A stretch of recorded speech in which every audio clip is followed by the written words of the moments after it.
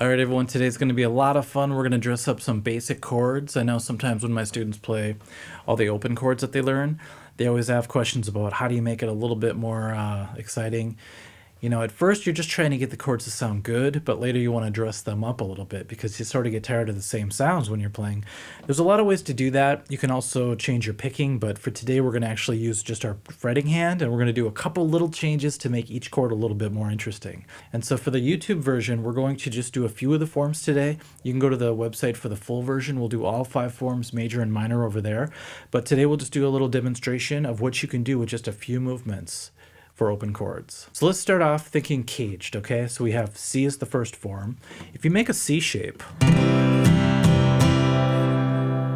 it's already a great sound, but we kind of want to dress it up a little bit. And they're not all going to follow the same formula. Some people think, okay, we'll make each one a sus chord, then we'll make each one a 7th chord, and so on. But each one has its strengths, in my opinion.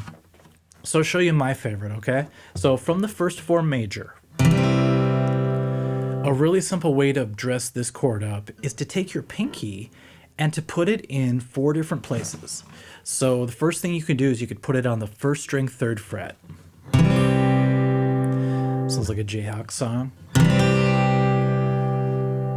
Okay, so that's just adding a G to the C chord. So that's just going to still be a C chord, but a G is now at the top, so it has a different sound. Different voicing, if you will. Now if you take your pinky and move it to the 2nd string 3rd fret, now you get this sound. So you're adding a D note to the C chord, so you can call it an add 9. So listen how this can dress it up if you're just jamming.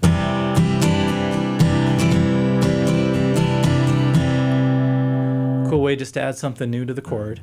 If you move it to the 3rd string 3rd fret, be careful because it's going to change the entire tonality of it. Now it's a C7 chord. So that could be a drastic change if you're not going for that. Be careful. So that's going to be adding a B flat to the C chord. Sounds like the end of Happy Birthday when you say "and many more." Okay, and then the final place to change things up with the first form is to go to the 4th string 3rd fret, and now you have a sus chord because you're adding an F to the C chord. I love that one because it's fun to go back and forth from the pinky being down to lifting it off, and you get this sort of who effect.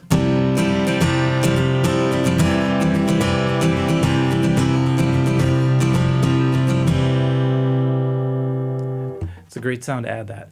So for the first form, what I really like to do is just go crazy with a pinky to dress things up. There's more things you can do, but that's the main thing I like to do with the first form, major. Okay, let's move to the 2nd form. So we have the A shape. Remember, talking about the cage system, if you're not familiar with that, make sure you learn that from the site because otherwise you're going to be thinking 2nd form, 3rd form, what's all that craziness? But that's the way we follow the chords as far as the patterns go. Okay, so we have the 2nd form major. Now this one's really fun because all you have to do to really change things up with this form is to once again use the pinky, but in a very simple way. Let's just lift it up. Now you have an A sus2 chord.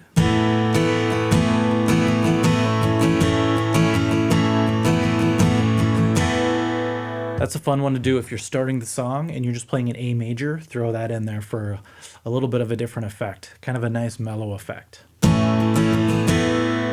Okay, it reminds me of a Filter song, I think.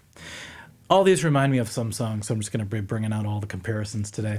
Okay, now let's take that pinky and just push it up to the 2nd string 3rd fret, so the D note. So now we have a sus going the other way. This is going to be a sus4, or just they call it a sus chord, A sus.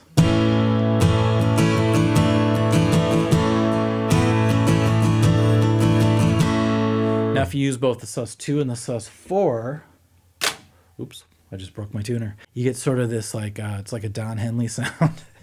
Another comparison.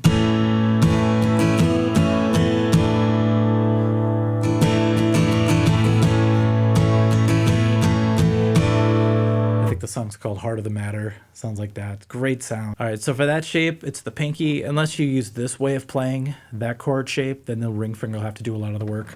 Sometimes this is nice because you can either just move the ring finger forward here to the D, or you could just add the pinky. So every form has its advantages and disadvantages, all right? So go ahead and meet us at the website for all the rest of these and more, and also the theory behind them too. I like to teach a lot of stuff combined so that you guys understand things from a bigger perspective. That way, when you're playing with other people or if you're on stage, you have more options because you have the knowledge backed to back up what you're playing. Okay? All right, guys, thanks for watching. We'll see you.